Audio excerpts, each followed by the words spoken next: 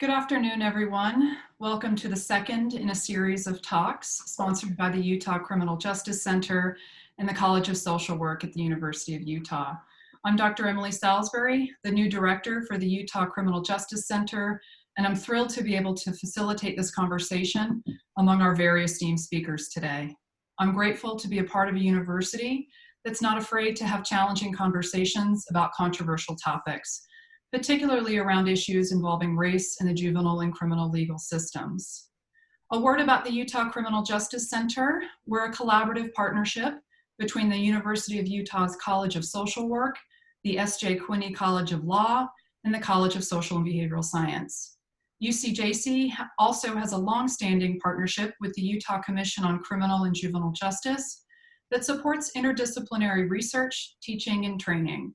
Our center works towards reducing crime and victimization, inspiring sound public policy and fair treatment, and providing a model of higher education that promotes good governance through independent, nonpartisan research and innovative programs. Our primary goal in these talks is to create a constructive community dialogue among local public service leaders informed by the research of nationally recognized scholars. Today, that scholar is Dr. Jamilia Blake from Texas A&M University. With these events, we're also inviting the community to reject apathy and complacency and to dare to care about these issues, no matter what your perspective is.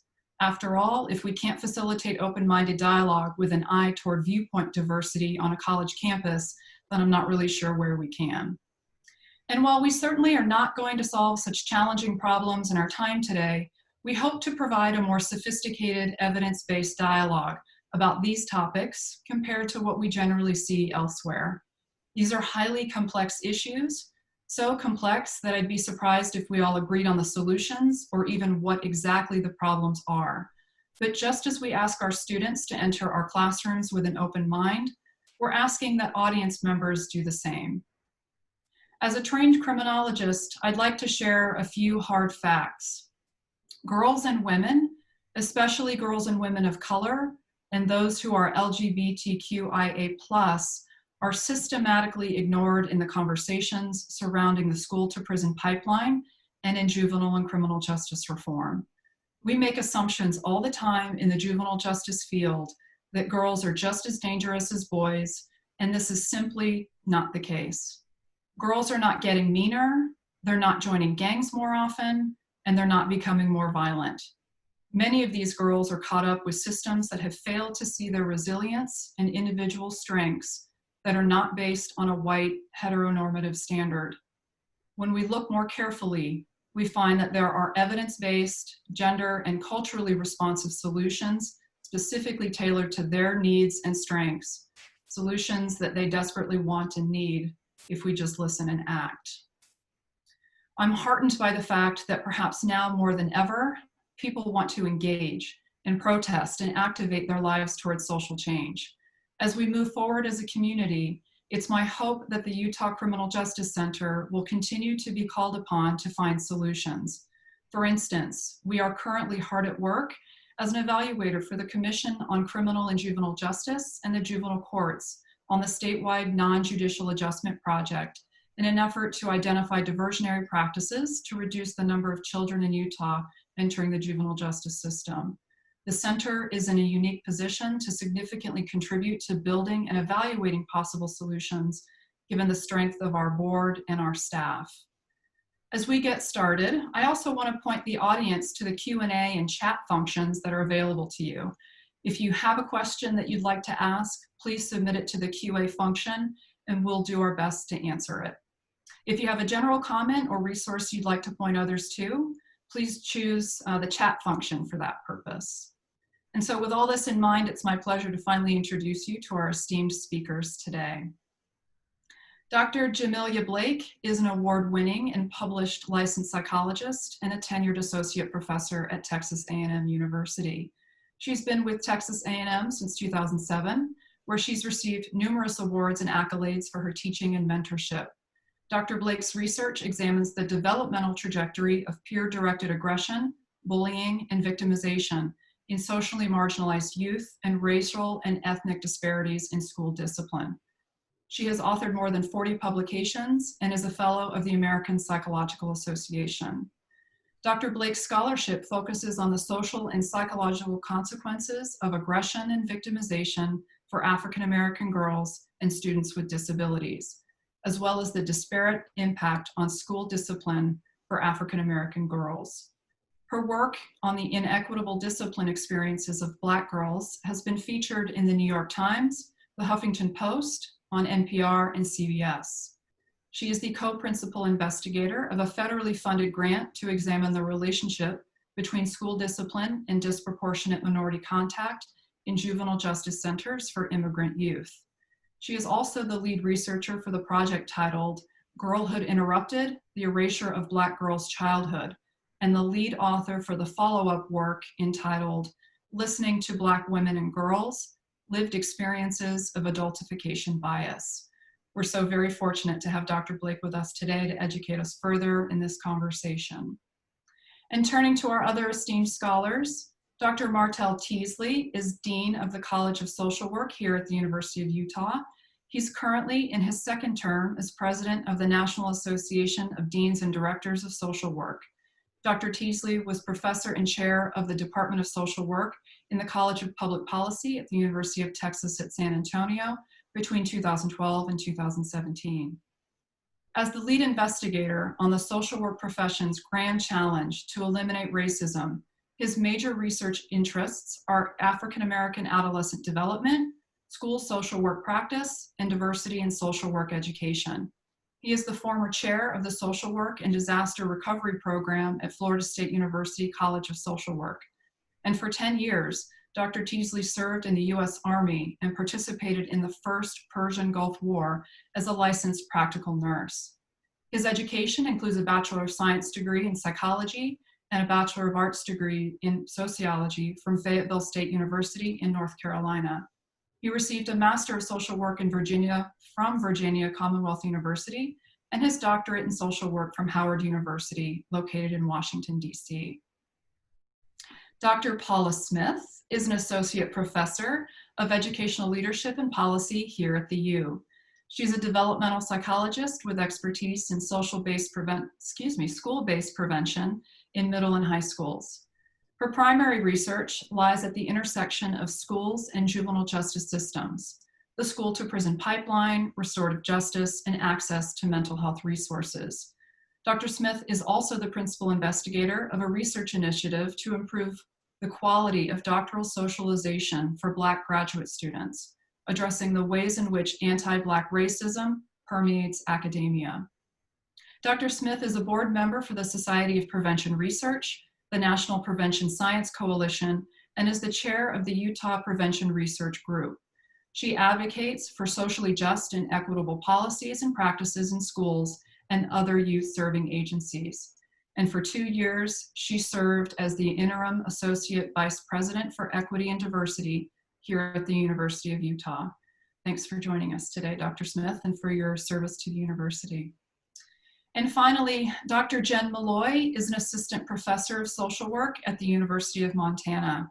Her areas of research and practice focuses on implementation, evaluation, and sustainability of restorative justice in education, juvenile justice, and community settings. She teaches both undergraduate and graduate level social work courses on organizational, community, and system change. She's a former research analyst with our very own Utah Criminal Justice Center, and prior to that, she was the director of the Center for Restorative Youth Justice in Montana. Most recently, Dr. Molloy, along with Carolyn Ross, completed a report titled Assessing the Implementation of Restorative Justice in Education in Utah after House Bill 239. This report provided recommendations to the Utah Board of Juvenile Justice and the Utah State Board of Education on ways to further the implementation of restorative justice in Utah schools. Thank you for coming back to join us at UCJC, Dr. Molloy. So at this time, I'd like to turn the session over to Dr. Blake to give us her presentation on her scholarship. I've asked Dr. Blake to spend about 15 to 20 minutes presenting, and then we'll open it up to the rest of the speakers for discussion, and then we will get to some moderated questions and question and answer from the audience. Thanks so much. Thank you. All right, let me share my screen. Are you all able to see my screen?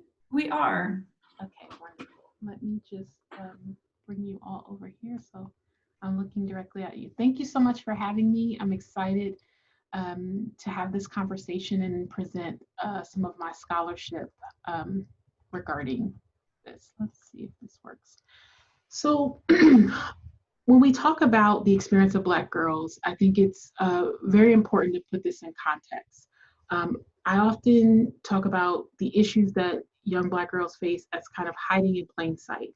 And so, for many of us, particularly Black women, we have been told that Black girls and to a certain extent, Black women are doing all right.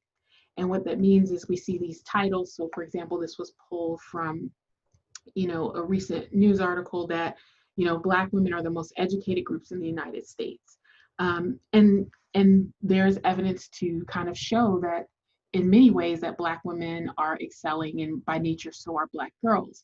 However, this research is often based on positioning Black girls in comparison to Black girls. I mean, excuse me, to Black boys.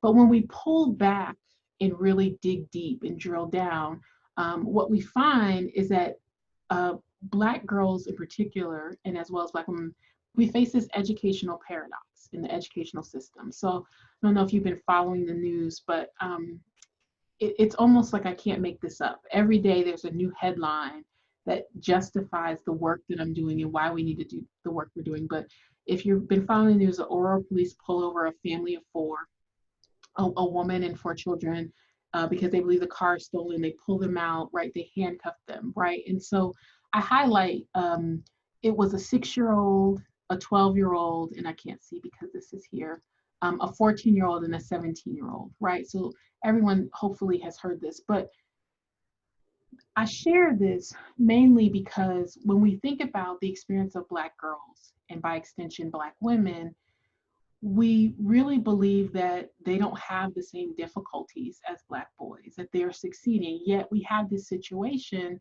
where these girls are actually kind of told to lay down on their stomach and handcuffed and pulled um, over by police. And why would we treat a child in that manner?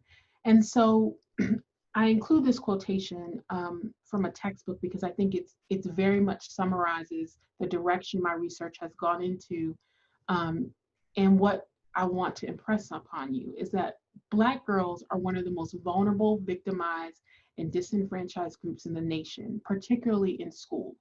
And it's not that we have to do this comparison, but their experiences have historically been overshadowed because we have focused so much on the experiences of Black boys, right? And so what I'm really going to talk to is the importance of intersectionality, right? And the double taxation, the intersecting effects of both racism and sexism on the educational experiences of Black girls.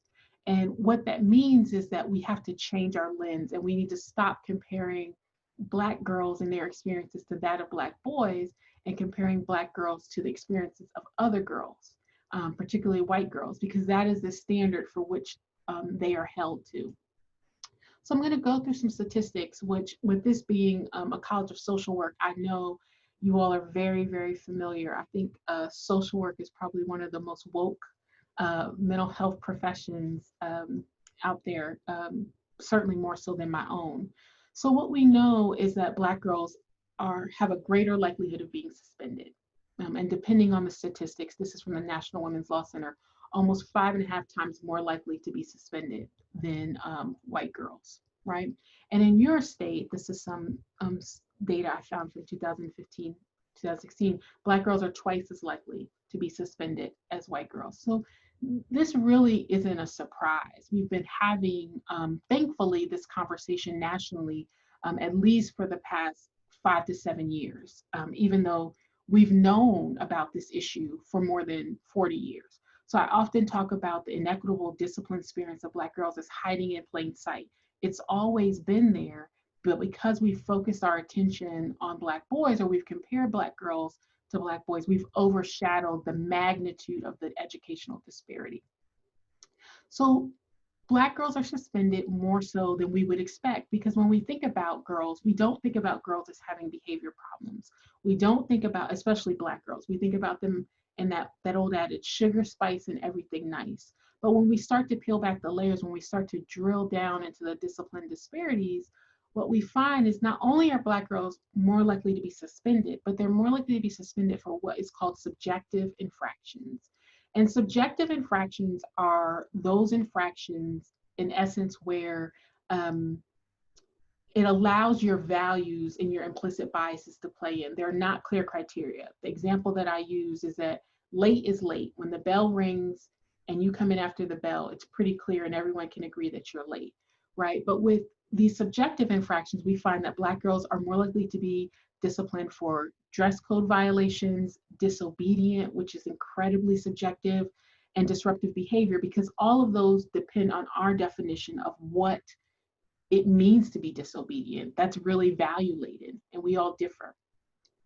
What also we find, which is primarily troubling, is that in reference to their enrollment in the school population, Black girls are more than likely to be referred to law enforcement, and they have greater levels of school arrest than we would expect given their enrollment.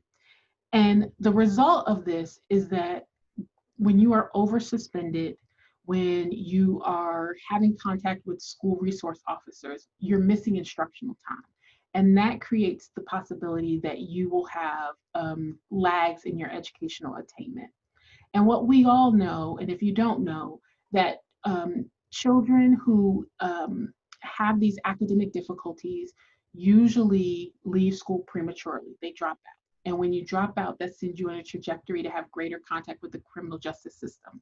And that kids who leave school early or drop out are more than 8 times as likely to enter the school to the juvenile justice system.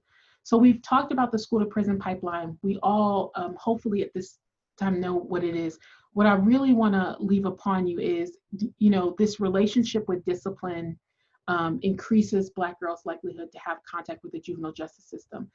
And I don't impart this in this figure, but I want you to really consider the pipeline as a process and not as this kind of linear, very directive movement, right? And what I mean by the school to prison pipeline as a process means that it's more than just discipline and juvenile justice contact, it's teacher-student relationships, right? So when I'm punished, I become disengaged. I start to think the school community doesn't believe in me, right? I start to not see value, and that creates a cycle that may cause me to be further disengaged, that may alienate me even further from my teachers, right? And so this process, it starts to get bigger and bigger and unwind, but it's not, we like to, for simplicity, talk about this as being very directional, and it does have directional elements, but it's a cycle. It's a cycle that really results in girls and all children in being pushed out, but particularly Black girls. So when we move to the side of juvenile justice contact, right, what we know is that juvenile delinquency cases seem to be increasing for Black girls more so than white girls, right? And that when Black girls are in juvenile court systems, right, they're more likely to be referred for juvenile justice referral court cases than are white girls. And what that means is that we're saying that our juvenile justice system is more punitive, and it's less forgiving of Black girls than white girls. And when issues of being detained are considered, Black girls are almost 1.5 times more likely to be detained than white girls. So we see this pattern of increased punitiveness in the school system for things that are pretty benign. And then we also see that mirroring the juvenile justice system. So I ask this in every presentation because I'm both a scholar and I'm a mother of 2 Black girls. And I do this intentionally because I want you to think about, when you look at me or a Black girl, what do you see? What do you see? And this is the crux of the work that I've done. So what the literature tells us is that Black girls, and what educators tell us, is that Black girls are seen as aggressive, they're seen as defiant, and they're seen as promiscuous. And all of this is rooted in historical stereotypes from the legacy of slavery about Black women. Black women were seen as being a sapphire, very aggressive. Black women were hypersexualized. They were seen as being a Jezebel, right? So this is the perception that educators and individuals in the criminal justice system have of Black girls. And what I believe and what my work really speaks to is that these perceptions are rooted in the fact that educators and these professionals are mapping stereotypes about Black women onto Black girls. So these perceptions of Black girls are rooted in these stereotypes about women. And so when Black girls engage in behaviors that are really not developmentally abnormal, I was just talking to someone else about this in a conversation.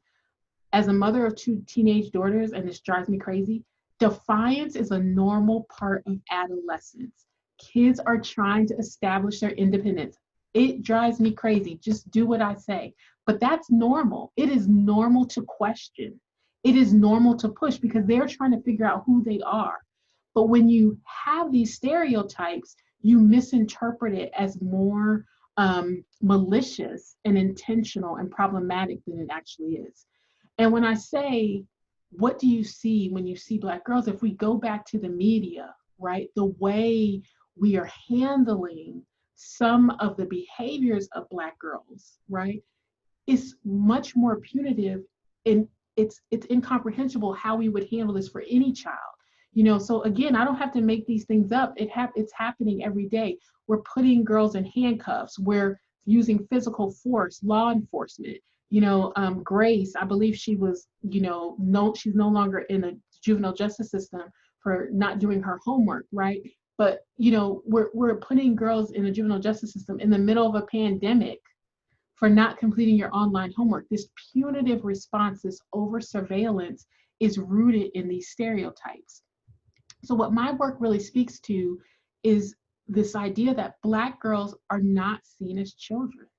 Instead, we're seeing them as Black women. And when you don't see a child as a child, it means that you are more punitive. You don't see them as making mistakes. You see all of their acts, all of their behaviors as volitional.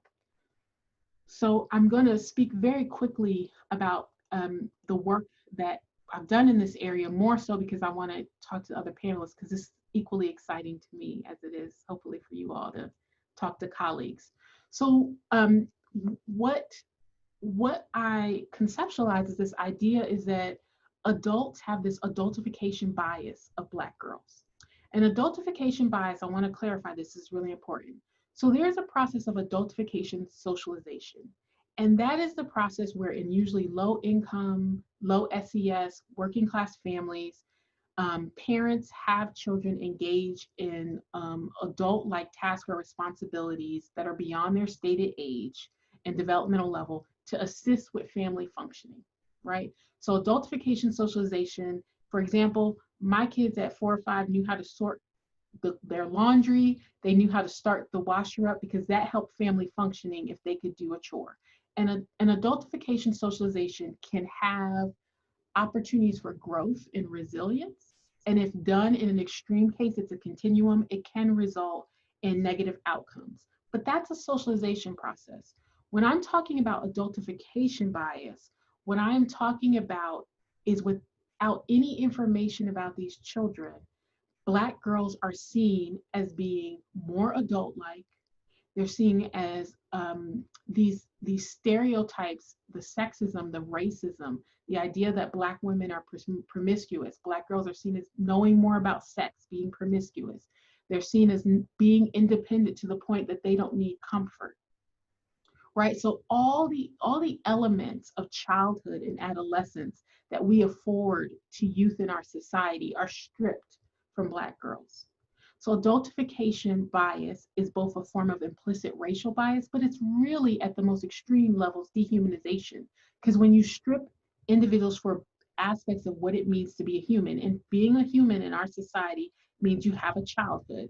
So when you take that away, you're dehumanizing individuals. So what we did is we surveyed adults nationally, And we asked them questions based on the stereotypes about Black women as being hypersexualized, aggressive, defiant, and what we know to be true about childhood, and how we as a society conceptualize childhood as being this age of innocence where you get to make mistakes. We asked adults to rate the extent to which Black girls were seen as being more adult-like relative to white girls at different ages. And this is the work which has received a lot of attention that's both surprising and disappointing all at the same time. And so what we found, and I'll just hit the highlights, is that as young as age 5, Black girls were seen as being more adult-like than white girls, right? And so that means that that these adults thought Black girls knew more about sex. They didn't need to be comfort. They didn't need to be independent. And while I expected there to be racial differences, I expected Black girls to be seen as having this adultification lens, I did not expect it to emerge this early. I actually expected it to emerge between the ages of 10 to 14, where it's a little bit unclear. And if you follow this graph, so the reason this is just zeros, meaning is just that look at the magnitude, the difference between these 2 points. So from 5 to 9, Black girls are seen as being greater levels of adultification, from 10 to 14, and then still even in high school and adolescence. And the reason we looked at 0 to 4, my mom always says, duh, is because you wouldn't expect infants. They wouldn't expect any racial difference in infants. And that pretty much confirmed what we agreed. So I put these pictures here because I really think images are really help us really think. We need to put faces with some of these constructs. And I'll just share in full disclosure, this is my daughter. She doesn't look like this anymore. This is literally when she was 5. So let's think about this. What we expect, and she's at her birthday party at McDonald's playing dress up.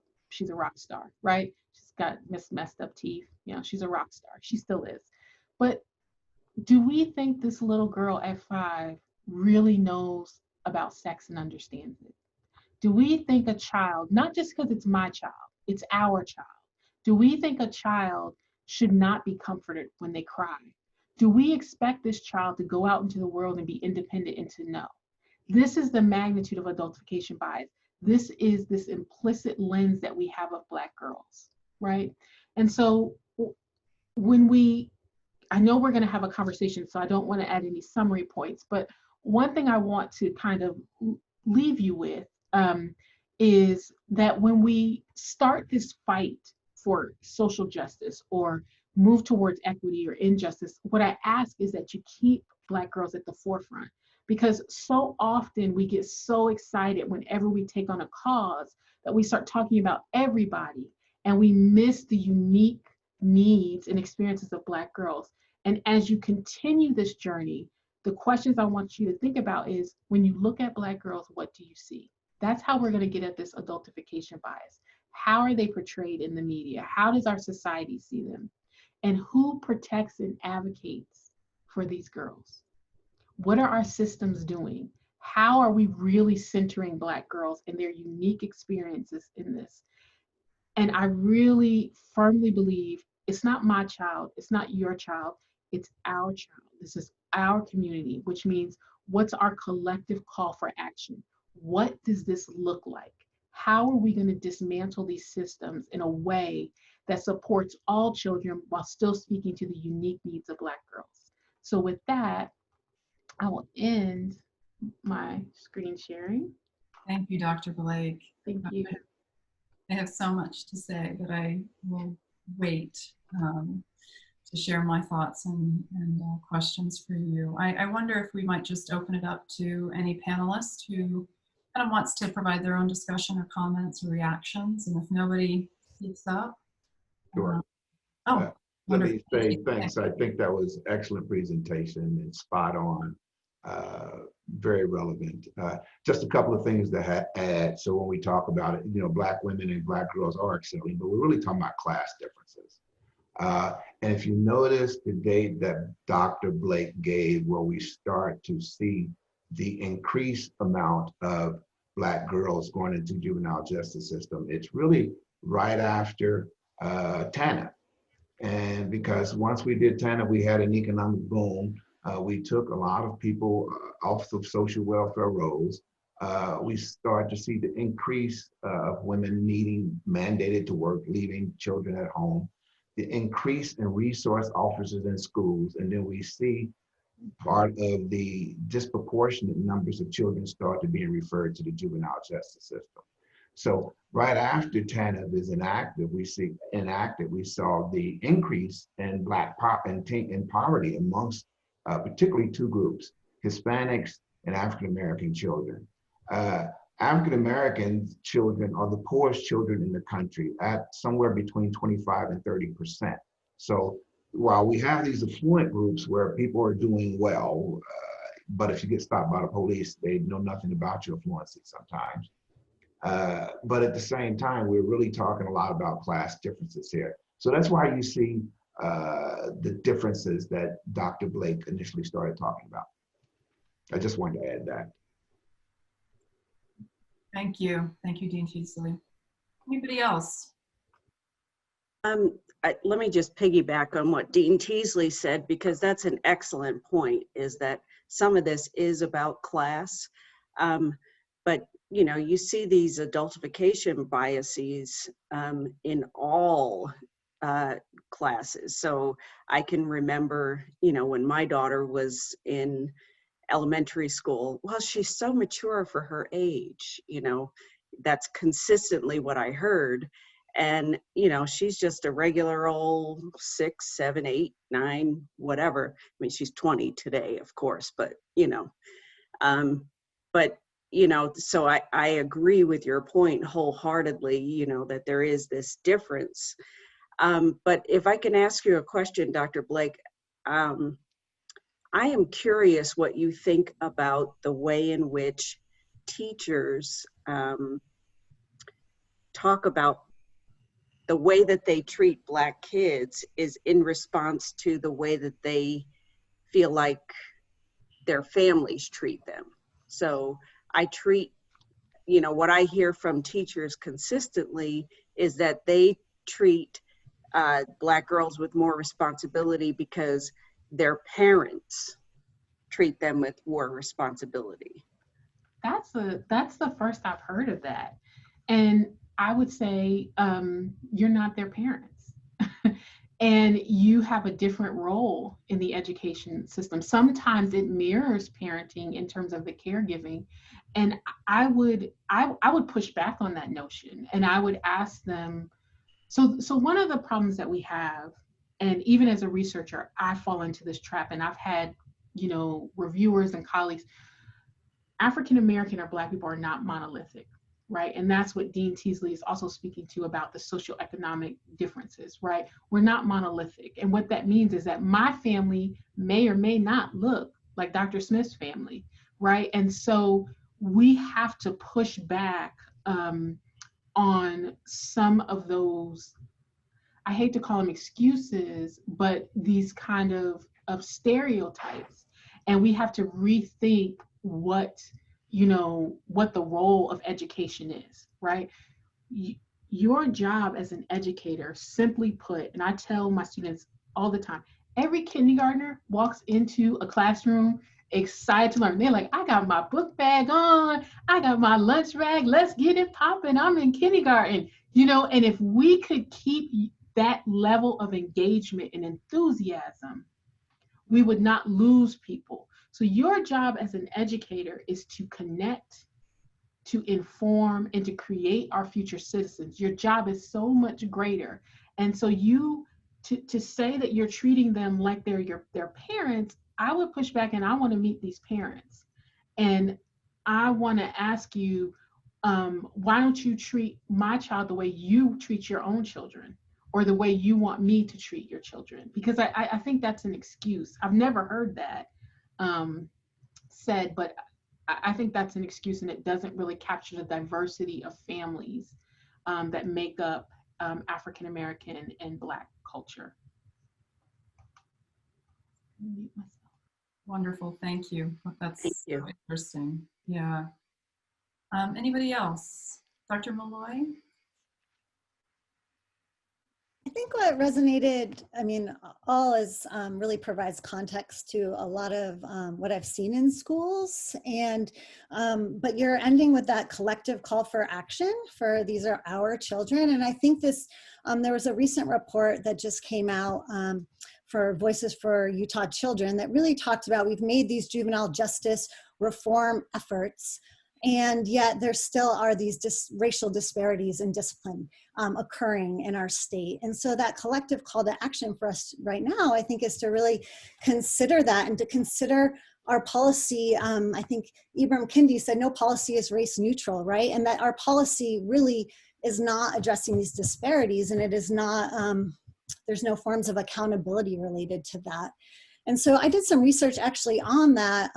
It's House Bill 239, and it said you can not send, basically, you needed to use alternative school related interventions such as restorative justice practices for certain offenses committed by students while on school grounds. So it said, okay, we need to do it different. You can't send these kids to law enforcement, but they provided no real structure for that, or no resources, no direction, no definition even of what that was. And so I really commended the Utah Board of Juvenile Justice and the Utah State Board of Education for saying, hey, let's see what's happening on the ground. So this is passed, but what is actually happening in our schools? And so in going out and talking to 4 different districts around the state, 3 rural and 1 urban, to try to get really an understanding within, you know, and across the state what this looked like, we found that most schools, it started to challenge their thinking around kind of punitive exclusionary discipline. I mean, it took away their normal tool. In some ways, they felt like it took away tools that they were using to get students needed resources. So it kind of challenged them to think about doing it different, but we've all been conditioned into those norms of schooling, and it didn't provide enough direction. And so, so that was kind of one of the main findings, was this piece around, okay, you've started a process, but none of these schools are implementing restorative justice, and they need and it isn't kind of a tool or a strategy, and it's that mindset shift. And I think a mindset shift that includes this understanding of the adultification bias, right? Like, we need to be talking about all these pieces, whether that's in teacher education, on the university. I mean, I think it's there, and it's within, you know, current teachers, and that we as a state, this collective call to action, I think, is still really look at our policies. How do we use an anti-racist framework? And then also kind of how do we support schools in making these changes? And so I think the question to you is, since restorative justice is something I'm passionate about understanding and seeing its applicability, have you seen that result in positive impacts for Black girls in schools? So, I'm going to say yes and no.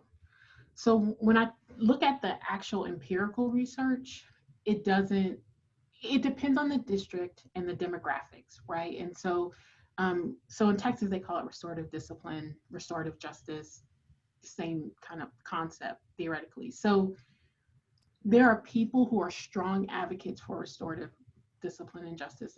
And so when you see this in kind of like Washington, DC, right, and Denver, they're talking about making great strides, but those are also very demographically diverse kind of districts, right? And so one of the challenges we have about, you know, is this working, is what's the metric we define as working, right? And so I think a lot of school districts first of all, I appreciate your transparency, right? So this is kind of outside the scope, but positive behavior interventions and supports was something that kind of took over a lot of school districts. And it was the same idea, it's going to reduce disparities, right? But what happens is, I always tell people this, you got to go with the core, what the issue is, right? And so restorative justice is important. It's based on, in my opinion, indigenous principles, right? So the first thing is, which I always challenge people, can you take people who have individualistic values and make them collectivists? That's number one, right? Because that's what restorative justice is really based on. It's a system of collectivism. It's rechanging and shifting our values. That's number one. But number two, you got to go to the cause. We're talking about racial bias. And you can't fix anything if you don't talk about race and bias. And the problem is, and I'm excited about us now talking about anti-racism. Our society, we latch onto terms and we get super excited, and then it gets watered down and it goes back to exactly where we started from. But it means you have to do the difficult work. And the difficult work means that we have to start looking into ourselves and looking into our policies and really saying, is this racial bias? How is it racially biased? And are we willing to take the bullet, right, and change this policy or this practice so it will no longer be racially biased? And taking the bullet means going against some people who are really powerful, who are really important, who don't agree with this. So the short answer is there's not a lot of empirical research. There is some coming out of Denver public schools, but they're a really diverse district. But what I find is that the gains aren't as great for Black children and Black girls as it is for other children. And I think that's because we continue to operate from a race neutral perspective, and we're also not in school districts that I've seen. And this is just the way education systems function. And I get this because they're overwhelmed. They want a checklist, they want a manual. And restorative justice, in addition to making people become more collectivists, it also means you have to disrupt the hierarchy of power. And I'm a bit of a skeptic, because I say, when schools tell me they're using restorative justice, I said, are you willing to let these kids call that teacher to the carpet? Are you willing to allow the kids to have a restorative circle with the principal? And their faces just stop, because we have these structures that don't allow for egalitarianism, right? And so that was a very long-winded answer to say maybe. I think that's just so insightful and not long-winded at all. I followed and was hanging on every bit of your discussion and your points there, Dr. Blake. And it leads me to think about what was brought up in our first Dare to Care talk by Jojo Liu, this idea that, who do we decide and when do we pull the lever for which children for diversionary practices into the juvenile justice system? She brought up this really important point about thinking about who do we do this for? Which kids get diversion? Which kids get these sorts of alternative routes? And if we're not really carefully thinking about, which kids are having and getting those opportunities, I mean, in addition to the fact that restorative justice, in my opinion, is not going to be the panacea to this solution. Again, we have to have the difficult and challenging conversations, and have people being willing to listen and learn and act, and to take a step back from positions of power and positionality that they're in. So, I would also argue that not only are things sort of race neutral in our systems and juvenile justice and school systems, but also gender neutral. I find that also in my work, and of course the intersectionality of race and gender and class and everything else that makes up intersectionality becomes really important. And in my own work, in risk assessment, it's something that I think is an important point to be thinking about too. Even when we have girls and girls of color and Black girls enter the juvenile justice system, the numbers and base rates of true delinquent behavior are so low that I am absolutely astonished that my colleagues, to be honest, in criminal justice are still having the conversation about public safety risk. So we have these gender neutral, which are really male-based risk assessment tools that are designed for boys and then applied to girls, as if girls and girls of color are just as dangerous, and we just simply know that they are not. And I want to focus on the resilience of girls and Black girls, and understanding this idea that the resilience that they bring when they are taught to not have to live up to the white, again, heteronormative standard of what that looks like, and being thinking about how we can communicate that with teachers and educators, I think just becomes really important.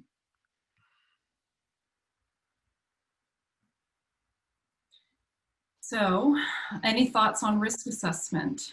That's just my Yeah, Emily, Dr. Salisbury, I think you're absolutely on the right track. You know, when we look at girls' delinquency, you know, and the reasons that girls are in, for instance, secure care, which is sort of a lockup situation, we know that they're there for, you know, repeated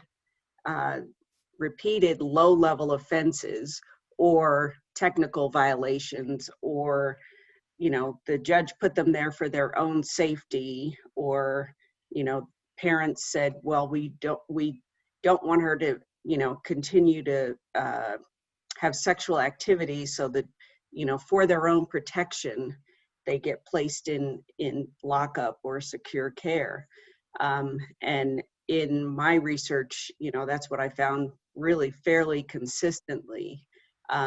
There was probably 90 to 95% of the girls in the juvenile system in Utah, which is actually pretty progressive, and I'll explain that in a second. But 90 to 95% of the girls that were in the system, you know, prior to juvenile justice reform, were actually low-level offenders that had just committed so many low-level offenses over time that wound them up in secure care, or they were there for their own, you know, protection, as I mentioned. And then, you know, anywhere from 5 to 10% actually committed some felonious, you know, felony level charge that landed them in secure care. So I definitely want to echo what you're saying. You know, my,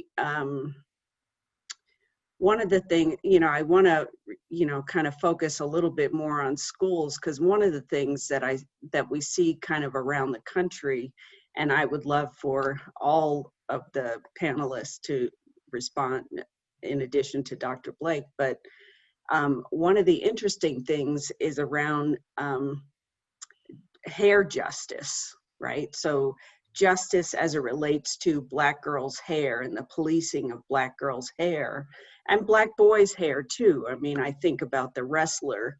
I don't know if you all know this, a few months ago, it was pre-COVID, so whenever that was, right? You know, a Black male wrestler was forced to cut his dreads by one of the referees, who said he couldn't have dreads in order to wrestle.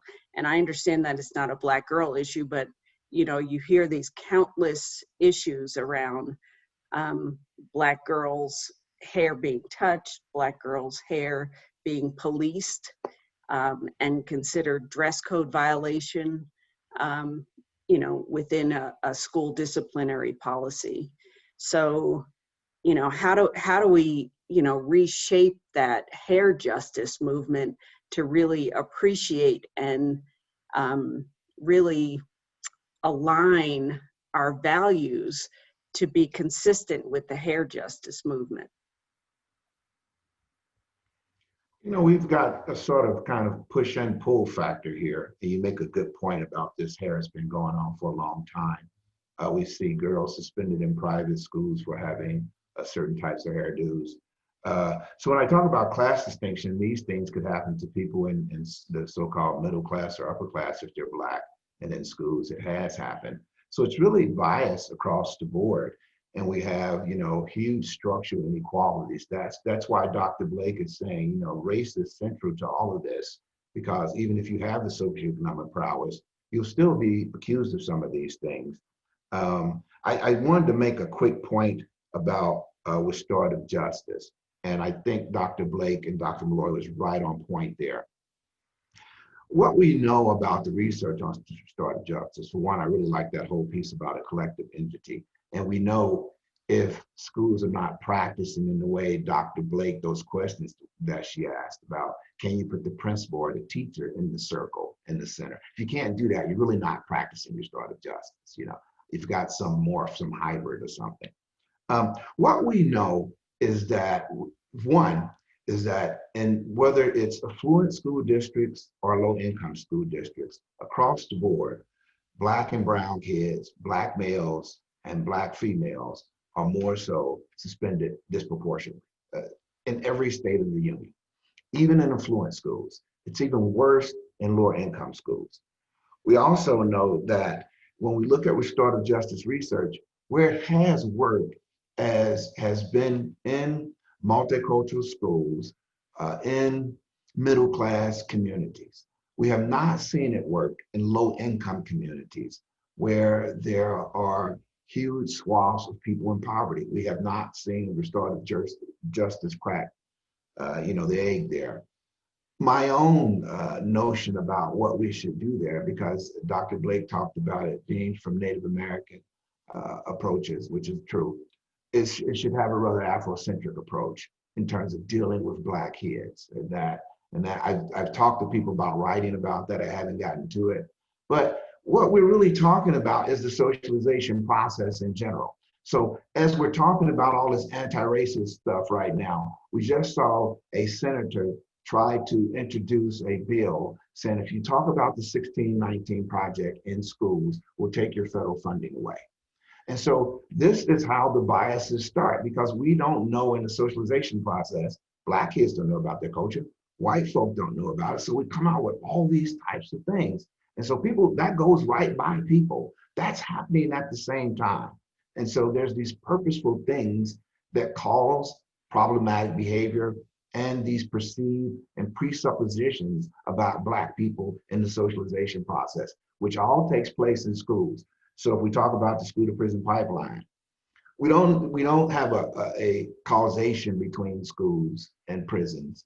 We have associations, as we know, between disproportionality, dropping out of school, juvenile justice, and then the prison. But when we associate that with zip codes, income levels, et cetera, the correlations get pretty strong. And so that's really what's happening in terms of the structural based society that leaves one group behind. And we really never, since Brown versus Board of Education in '54, we've had a sector of our population fighting against full implementation of that. And that's part of the problems that we're continuing to see today. So we have a huge problem. If I had time, I'd talk about how this is really impacting white America too. And so racism impacts all of us and it'll cause all our demise. I'll just shut up there. No need to shut up, Dean Teasley. All good points. Yeah. Thank you. Yeah. Anybody want to comment? We do have some questions from the audience, but I'd be happy to, you just said a lot of critically important things there, Dean Teasley. Okay, we'll move to some questions from the audience then. Do we know of any school in Utah or any other place in the USA that has been successful in interrupting the school to prison pipeline process? If so, what policies have been implemented in these schools to stop the abuse of Black children and other children of color?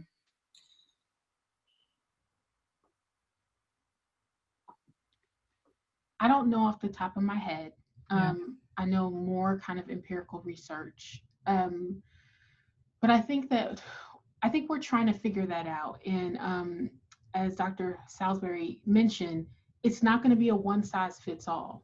It's going to likely be a mixture and integration of many strategies to really address this. And it starts with, I want to throw something out that is maybe a little bit controversial, but in terms of the hair and all, what we're really talking about is white supremacy, right? What we're really talking about is privilege and whiteness being power. And that's what we're pushing against. And that is uncomfortable.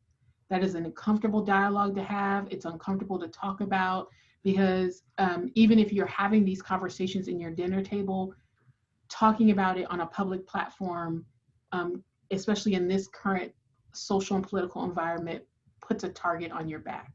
But if we're really committed to addressing these issues, then we have to talk about that. And that doesn't mean that all white people are racist, but it does mean that the foundation, the historical foundation of our society, even the social economic portion of that, is built on this social construct of race, with whiteness being at the top of that hierarchy, right? But in terms of your questions about, do we have a model? I think that's the trap that education falls in. There's no magic bullet. There's no potion. There's nothing that's going to solve all our problems. I tell my students all the time, the education system, we're putting a Band-Aid on a bullet wound, right? And we keep just kind of going along to try to, and I would say the same thing is true about our criminal justice system and our juvenile justice system. These systems need to be completely and totally rethought and upended, but the likelihood that will happen takes a significant amount of courage and resource, right, and sacrifice.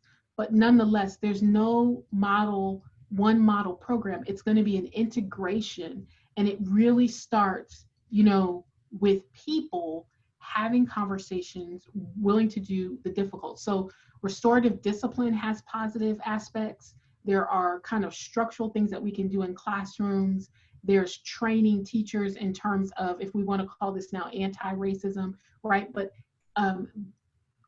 what I want to impose on you is that we have to be willing to run a marathon. So a lot of people of color, unless a lot of Black people, have racial battle fatigue. And what that means is that we've been talking about racism. A lot of us, we've been experiencing discrimination. We're used to this marathon. And it takes a long time. But if we're going to do this, it's not one model program. It's how long are we going to invest? How long does it take for behavioral change to happen? How long does systemic change take in any system? It's not a year. It's not 2 years. And I don't mean to be preachy. We're talking about a decade. We're talking about investment in something and staying with it throughout the time and pulling the best elements. So the short answer is we just don't know, because particularly in education, and I would argue in juvenile justice reform as well, we don't stick with things long enough. We're very much kind of ride the time. So now we're all talking about anti-racism. Let's check back in 2 years. And I hope we're still talking about anti-racism in the way that we're talking about it now, with the same passion. But let's check back in 2 to 3 years to see if we're still doing these practices, right? And so that's just my thought. Yeah, they're called social forces for a reason. They're forces, right? They're forces that if we're not continuously checking ourselves, and it's exhausting. It's exhausting for people, particularly I think white people, to be when white people are finally ready to sort of interrogate themselves, and some white people of course are ready to do that and have been doing that. It's exhausting too, but at the same time we have to be thinking about like this really important point that we have to constantly be checking it, because it is so easy to continue to dismiss those who have been dismissed continuously in the past and historically, and it's just, so I really appreciate your point about there's no one-size-fits-all model program that's going to exist. So I'll just say one more analogy and I'll be quiet. I had a friend, and I want to give him credit. In my own university, we're doing equity work, right? Like we're all committed, and it's kind of two ways to think about it. It's like brushing your teeth, right? Every day you have to brush your teeth. Every day you have to take a shower. If you're going to be an athlete, right, and you want to get to that, you have to train, right? So this is why we approach this the same way. It's not just one and done, but it's this continuous effort. And I just, that really resonated with me, because I don't think we talk about this as this kind of continual commitment and what that means. And that means every day we're working on this daily. That's right. So then I'll just The cumulative impact of doing that work every day is where I think we're going to get there. And the other part about, restorative justice is that, people think about these, small practices that occur either at the classroom level or at the school level. But one of the reasons that we don't have such great data about restorative justice is because it's very difficult to you know, restorative justice doesn't look the same in any two settings, right? And what we see in terms of restorative justice are these small restorative practices that occur at a classroom level or at a school level, but they don't address the overall philosophy, or they don't incorporate the overall philosophy of restorative justice, which, you know, you've alluded to wonderfully, Dr. Blake, you know, in your comments. So they don't understand the way in which the philosophy of a school has to change. So their whole attitude about education of kids has to change, in addition to implementing these, you know, finite practices like restorative circles, like, you know, these talking circles, etc. So it's a whole school process, and in fact it's a whole district process, because, you know, what we know is that if you have a child that experiences a particular ethos within a classroom and then goes outside of that classroom and experiences something totally different, you know, that that disparate treatment in those two settings creates this disharmony within kids, that they're being humanized in one space and dehumanized in another space. So, you know, that's another piece for why, you know, some of these restorative justice trials that we've had, you know, randomized control trials, which, you know, that's the gold standard, but not the only standard. But the reason that some of these trials have not shown efficacy. And I was just going to chime in on, I think this idea of getting uncomfortable and like how we need to be interrogating our relationships with one another, and students with faculty or either educators, and that there is some research though, and you talked about kind of over time, right? This is day-to-day practice of what messages am I sending to other human beings in my life. And there has been research out of Oakland that looked at those schools, the disparities, the black-white gap was decreasing when they'd been either there were implementing over time and they're at full implementation. So I think this idea that if they're going to do restorative justice and they're going to commit and they're going to do it in an intentional, values-based way, that they actually are seeing more of the results that we want to see, but that they actually were just as bad in those that were in those initial stages of implementation. So just that idea that like this is a long-term commitment, I think comes around when we think about restorative justice, that it's school-wide and it's long-term, because it takes a while to start to shift those perspectives and that socialization that we talked about.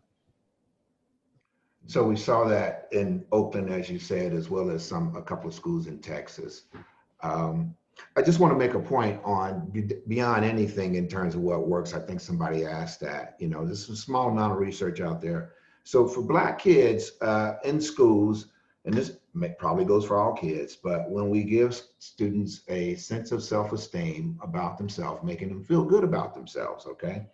And we provide students with positive role models, and achievement orientation, as well as pathways to success. Those are when schools do well for Black kids. And that's, and someone may say, well, that happens everywhere. Well, sometimes we're just preparing kids to work in restaurants, or telling them that they'll just get a trade. And as my son, you know, it's like, well, you're gonna play sports, so you don't have to worry about school. And so when we're saying those types of things and not providing positive role models that are caring and are non-punitive, that pull you to the side and talk to you about those needed things in terms of your development. When we don't have those in K through 12 schools, what we do is see children turned off. I think someone talked about that, may have been Dr. Blake. All kids want to learn. You know, they go to school and they're really ecstatic about it. Somewhere third, fourth grade, Black kids start getting turned off about this experience. It doesn't seem that well. It doesn't work that well for me. We don't know totally why. Part of it is the culture and the socialization process. I don't feel good about myself and what I see. But of course, at that time, you cannot articulate it. And then you have all the other things that Dr. Smith talked about in terms of the biases that our children are seeing in terms of their hair. And it just becomes this whole thing that school becomes not cool anymore. All people want to learn though. So there's something, and racism makes us think that it's something wrong with the Black people. It's actually something wrong with the places we're sending them to. Right. Right. And I would echo to your point to Dean Teasley about self-esteem. Again, if we're thinking about Black girls, you know, this idea too that all girls go through this you know, this phase of really starting to think about loss of their own self-esteem and self-worth, and pre-adolescence, and as they start to go through puberty, it's like that coupled with the additional self-esteem burden of young girls just continues to, I think, to exacerbate and think about and to consider how that really also affects girls in a different sort of way, and the low levels of self-esteem that we see. Turning to another question. So, okay. Dr. Smith, did you want to contribute something else though? I just wanted to, you know, I'm a psychologist, a developmental psychologist, but I just wanted to bring up mental health, access to mental health resources as another, you know, critical thing that we have to have in schools. We know that some of these kids that are coming through the juvenile justice system, and we see this, you know, in larger part with girls in terms of depression. Not that boys don't suffer from depression, they do. It just looks very different potentially. But we need to also ensure that there are mental health resources that kids can access, not only because of the potential trauma that they're experiencing in their neighborhoods or what have you, if their neighborhoods happen to be, you know, ones in which crime happens, but then secondarily because of the toxic stress effects of racism that they're experiencing.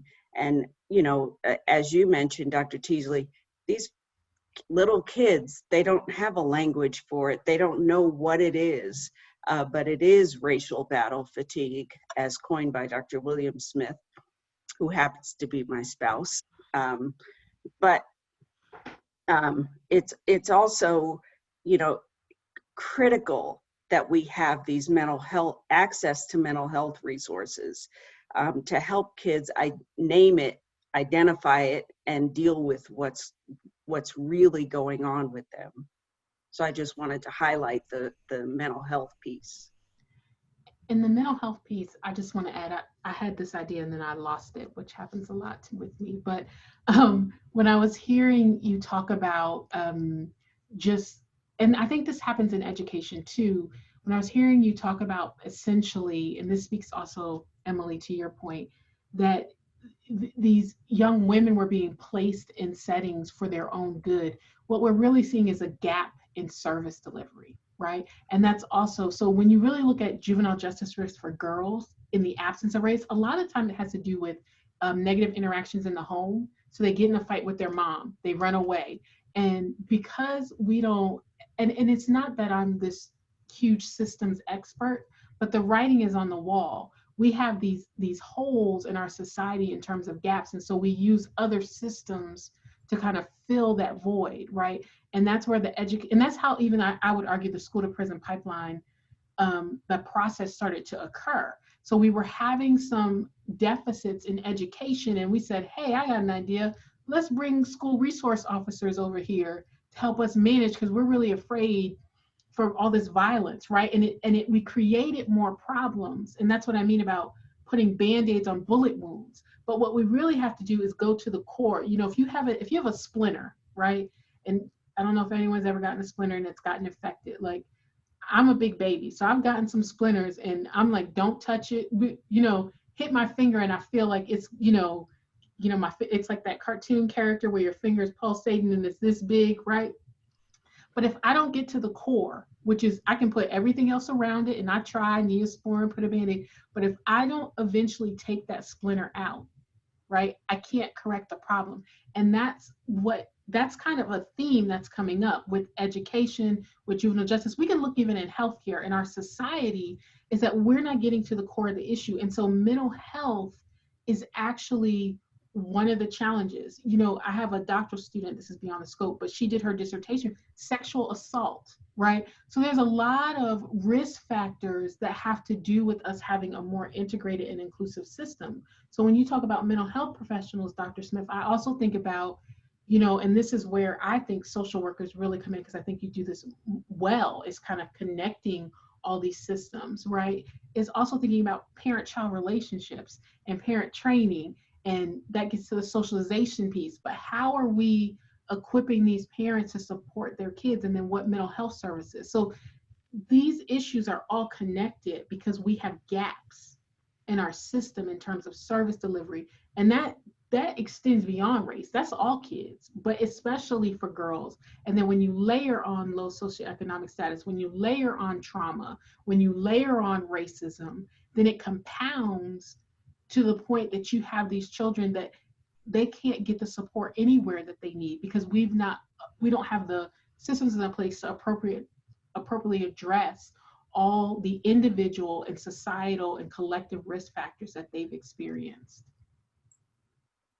And I just, Emily, before you, or Dr. Salisbury, before you, I just want to ground this in Utah and say that all the LEAs, all the school districts that we talked to around the state, those 4 different ones, every single one spoke to the extreme need for more behavioral health supports, and to social workers, because those teachers and educators or administrators, they understood that social workers could help with family systems, community, just, you know, disparities in service provisions in these rural communities. And so just to say that that was putting schools in a really reactive stance, that they couldn't really work on building community or meeting kind of these other things we were asking, because they were so overextended, and that was a great need. So glad to hear that the School of Social, College of Social Work in Utah is working to meet that need. So. Absolutely, thank you. Turning to another question. So coming back to Dr. Blake, the notion of adultification bias. So how does adultification bias and the disproportional disciplinary action of Black girls in schools impact their resilience? That's a really good and difficult question that I don't know if I fully have an answer, because when I think about resilience, I think about that being such an individual construct, and there's so many layers, right? So there's so many factors that can impact whether or not I'm resilient in the face. So I'll tell a tale of 2 stories, right? So I have a best friend. I haven't gotten her permission to share this story, but I'm gonna share it anyway, because I know she's not gonna be listening to a webinar in Utah. So unless you put it on Facebook. But anyway, we're both from single parent homes. We're both Black women, right? Black girls, grew up in the same type of community, right? Both had loving and caring parents. I became a professor. She went right and something else, right? And then we ended up converging, and we're both really successful. But what made us resilient is that we had different people impacting our lives, right? So the question is hard for me, because unless we intersect and kind of address that adultification bias, unless we disrupt at a system level, but there are still individual people who can have an impact on your life.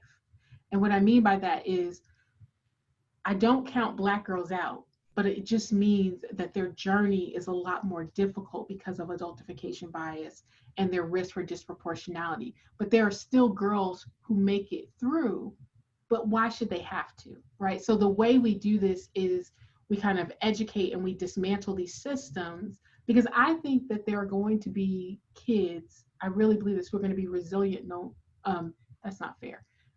We're always going to have setbacks and trauma, but there are some people who are just more resilient. And there are some people who engender more support that kind of encourage them and helps them on their path to resilience, right? And so what our task is point out this bias, educate, dismantle the structural barriers, and then put people in place that can foster and encourage kids. It was a tough question though. So I don't know. It Let me comes, follow up on that, if I may. It's referred, I'm put on the thinking cap of my friend and colleague, Dr. Sandra Crew, Dean of Howard University School of Social Work. And she would talk about what she would see as a resiliency track.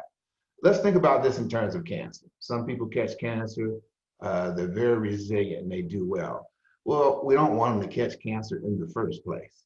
That's the problem. So we don't need people to be resilient. We don't need them to go through all these obstacles and problematic teachers, people in the schools who do biased things and be resilient. We don't want that, because for every person that's resilient, I would say hundreds go in different ways. So when I talk to my friends, and I'll talk about Black males for a second, people say, well, you're articulate and you did well, you came from the inner city. Well, no one should get a PhD the way I did. You read off that litany of things I did in my life, all that when I didn't know what I was doing. No one should be doing that. And for every person created like me from my community, hundreds were wasted. So we don't really want to get into trying to, we want to help people be resilient, yes, but we don't really want to do that in the first place. What we want is people to be treated as humans with equality of opportunity and understanding. That's what we want. gosh, I just think that's so important to think about how we frame the conversation Yes. with solutions, right? So the question actually came from a former doctoral student of mine, because she's working on this for her dissertation, and in the idea of these juvenile risk needs assessments, and we're proposing measuring girls' resilience instead of risk. That's sort of the positionality of the question, but your comments are just blowing my mind right now, because it's so important to be thinking about exactly what you just spoke to, that I couldn't articulate any better than you did. So you want to take a strengths-based approach Exactly. to identification so There you that go. you can then build on those strengths. Okay, so I misunderstood the question as well. And your doctoral student should email me, because my doctoral student just wrote a paper about girls in the juvenile justice system and what happens to them long term. But and I would agree. I think Dean Teasley and I, we're both saying the same thing, but when you frame it that way, we tend to operate from a deficit-based perspective, and what these kids don't have, especially Black and Brown and minority and low SES or minoritized youth. But taking a strength-based perspective, that's what we would call in my field, means you have to rethink some of these skills that they have that may not have, we just haven't been socialized formally to think about it that way, right? And if our end goal is really, I'm talking to a friend who does a nonprofit, and we talk about these low-hanging fruit outcomes for youth who have difficulties, like, well, we hope you live to 21. It's like low, we have these low-hanging fruits. Like, no, we hope that you prosper and grow. We hope that you attain as far as you want in education. We hope you define your own element of success. Well, that's where that strength-based perspective comes in. So I think that's possible. I think it's hard, because I'm trained under the medical model. So I look for what's wrong. The best example I can give you is like, when you're going out on a date and someone says, where do you want to eat? And you can name everywhere you don't want to eat, but where you want to eat, that's kind of our mindsets and training. So it gets back to that reframing of, okay, how do I think about what I want to see as opposed to what I don't want to see? And it's really related to the, to the work that I do with gender responsive strategies with adult women in the criminal justice system, and how we need to have more of those conversations, certainly in juvenile justice as well, particularly for girls and girls of color, and this idea of being strength-based and seeing the individual strengths that each kiddo has, right? So, okay, I have a lot to say about it, but then it'll focus too much on me. So we've got another question that says, you mentioned that Utah's juvenile justice system is progressive. Did I hear that right? Could you elaborate on this point? What are the progressive policies that are working?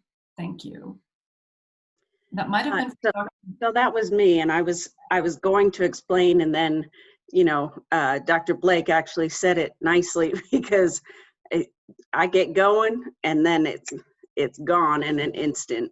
But Utah's juvenile justice system has been progressive in a couple of different ways. So the first is that we were one of the first states to implement gender responsive practices. So we were one of the first states that received a state block grant from the National Juvenile Justice System to be able to incorporate and train people about gender specific services. So that's one of the ways in which Utah has been progressive. The second is that even the juvenile justice reform has been on the back burner nationally for about 18 years. I think it's 18, it might be 14, but about 18 years. Utah led out in the nation for reforming juvenile justice within our state. Now, we did it, sort of clumsily. We didn't, the folks that did the revision for juvenile justice reform didn't necessarily work with all the partners. And I think Jen's, Dr. Molloy's report actually speaks to that, right? Like, they didn't involve the school system. So when they said all of these charges that schools couldn't send youth for in terms of, truancy and what have you, they clearly didn't work with the schools to make sure that there were, this continuity of services. But those are really two exemplary ways in which Utah was also one of the first places that stopped doing wilderness training as a mechanism for, yeah, I see Dr. Salisbury smiling. But we know, for instance, wilderness therapy, that, they just take kids out into the wild and, okay, here you are, survive. We know that those kind of mechanisms and programs don't really work. They work pretty well in the short term, but definitely not mid to long term. Yeah, a lot of evidence to suggest that those are not effective with within kids who exhibit patterns of antisocial behavior. Yeah. I think we've got about 7 minutes left. I just wanted to, let's see, we've got another question specific to risk assessments, and so I might tackle that one. I administer risk assessments to youth in a juvenile justice setting here in Utah. And I, as well as other colleagues, want to see the risk assessments updated. How can changes be made to the risk assessments being used in the juvenile justice system here in Utah? So this is, again, getting at that conversation that I think we were just having about this idea that we use risk assessments all the time with girls in not a gender or culturally responsive way. And that's across the board, really nationally and internationally, with the use of risk assessments with kids. And I think it's an important time to be thinking about these ideas in terms of, are we actually harming girls by even using risk needs assessment tools?